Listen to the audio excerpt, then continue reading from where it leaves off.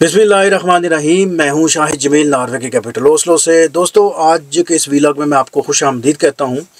आज के इस व्लॉग में एक दफ़ा फिर हम बात करेंगे बुशरा बीबी का जो इद्दत का केस है, उसमें बहुत सारी डेवलपमेंट्स हुई हैं, वो मैं आज आपके सामने रखूँगा। कबल इसके कि मैं अपना व्लॉग शुरू करूँ, मेरी आपसे गुजारिश है कि आप मेरे इस चैनल को सब्सक्राइब करते जाएँ। तो चलिए शुरू करते हैं जी आज का व्लॉग। कल जब मैंने इद्दत केस का व्लॉग कंप्लीट किया था, तो उसके फ़ौरन बाद नईम पंजोता साहब, जो इस मुकदमे में उनके वकील भी हैं, उन्होंने इस पर एक बड़ी धुआंधार किस्म की एक प्रेस कॉन्फ्रेंस की। साथ में हसन रऊफ भी थे और बाकी कुछ लोग भी थे इसमें। तो उन्होंने चंद एक बड़े बड़े शॉकिंग किस्म के इल्ज़ामात उन्होंने लगाया। उन्होंने कहा कि जी बुशरा बीबी के बेडरूम में, बुशरा बीबी के वाशरूम में कैमरे पकड़े गए हैं, जो वाकई का मज़म्मत बात है और इससे उनकी प्राइवेसी डैमेज हुई है। ये बड़ी एक ख़तरनाक किस्म की बात है कि जब किसी की प्राइवेसी आप को डैमेज करते हैं, तो ये वाकई एक बड़ी बड़ी संजीदा किस्म की बात है। तो इस पे उन्होंने कहा कि जी हम इस पे इंक्वायरी का मुतालबा करते हैं, हम चाहते हैं कि इस पे एक कमीशन बनाया जाए ताकि इस केस की पैरवी की जाए।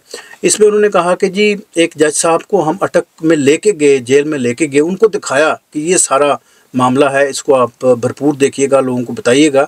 और साथ में उन्होंने एक मुतालबा भी किया कि इस पे ना सिर्फ कमीशन बिठाएं, आप बुलाएं, बल्कि साथ में एक मजिस्ट्रेट को हमारे साथ भेजें ताकि वो जाके इस केस की पैरवी करे, इसको देखे और सारी जो बातें हैं, जो सारी जो वहाँ पर चीज़ें हैं, वो अवाम तक वो लेके आएँ। इसमें मैं बताता चलूँ कि उन्होंने कहा कि जी खातून अव्वल का ये वहाँ पर हम हाल कर रहे हैं, तो जो आम जो ख़वातीन होंगी उसका क्या होगा।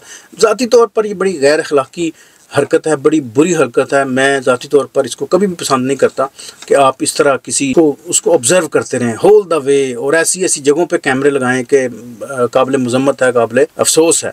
लेकिन इसमें मैं आपको बताता चलूँ कि इससे पहले बुशरा बीबी ने एक और भी पटिशन दायर कर रखी है, बल्कि वो आज ही पटिशन में रहल फाइल अप हुई है, ये इस्लामाबाद हाई कोर्ट में। उन्होंने कहा है कि जी के मुझे चूँकि ख़दशा है कि खुराक में मुझे जहर दिया गया है, तो मेरा ये अहलाकी कानूनी इस्तेहकाक है, हक़ है मेरा कि आप मुझे इजाज़त दें कि मैं अपनी मर्ज़ी की किसी लैब से मैं अपना टेस्ट करवा सकूं या मैं शौकत खानम से टेस्ट करवा सकूं। तो ये केस फाइल अप है, लाइन अप है जस्टिस गुल हसन औरंगज़ेब की अदालत में। तो उसका देखते हैं जी कि क्या आएगा रिज़ल्ट, तो उसको भी हम फॉलो करेंगे। इसके अलावा उन्होंने एक और भी केस फाइल किया है, जिसमें उन्होंने कहा हुआ है, यह है पुराना केस है लेकिन मैं याद दहानी के लिए बताता चलूँ कि अडयाला जेल में उन्होंने जाने की इस्तदाद की है, तो वो भी अभी पेंडिंग है, उसको देखते हैं वो कहाँ पर पहुँचा है।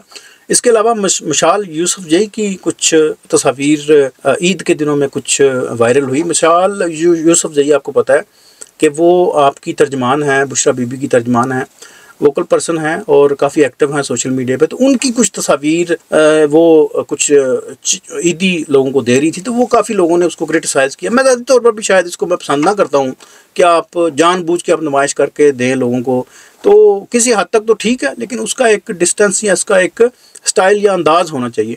तो उनकी तस्वीर पे लोगों ने काफ़ी तनकीद की कि आप जो बढ़ बढ़ के उछल उछल के ये तस्वीरें जो पैसे जो लोगों को दे रही हैं, तो ये इतना अच्छा नहीं लगता। ये ज़ाती तौर पर उसकी जो इज़्ज़त है या उसकी जो प्रेस्टीज है उस बंदे की, वो डैमेज होती है। तो ये बात किसी हद तक ठीक है।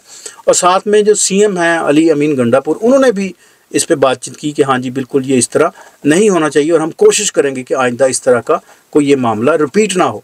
कुछ बातें तोशाहाना केस की भी मैं साथ में मुंसलिक करता जाऊँ। ये जो तोशाहाना का जो केस है, उसमें भी ये मशाल यूसुफजई आपको पता है, ये उनकी तर्जमान है। तो उन्होंने एक दफ़ा फिर इस पर बातचीत की। उन्होंने कहा कि जी असल में पूरा तोशाहाना का जो केस है वो एक हार पे मबनी है, एक हार पे ही ये सारी चीज़ें चल रही हैं। और हार जो इन्होंने बताया था, इसकी कीमत ओरिजिनली उसकी 1 करोड़ कीमत है, जिसको जानबूझ के इन्होंने 3 करोड़ बना के खामखा एक केस डेवलप किया।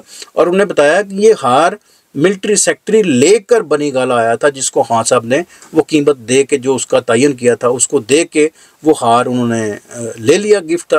तो अब ये जानबूझ के उसको 1 से 3, 3 से 1 उसको किया गया है ताकि इसमें एक ट्विस्ट बनाया जाए, इसमें एक प्रॉब्लम पैदा की जाए। तो उसका भी केस चल रहा है, उस पर देखते हैं कि फ्यूचर में क्या डेवलपमेंट्स होगी, वो भी मैं आपके सामने रखूँगा।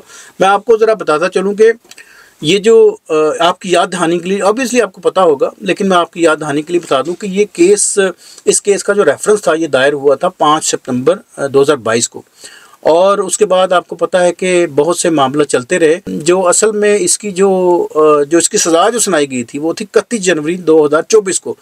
और 31 जनवरी आपको पता है कि ये भी बड़ा एक अजीब व गरीब सा दिन था, और ये सज़ाएं उन्होंने इसलिए भी देनी थी इससे पहले क्योंकि 8 फरवरी को दंगल जो हमने खेलना था एक बहुत बड़ा, तो उस दंगल से पहले ये सारे कारनामे हमने सारे अंजाम दे रहे थे।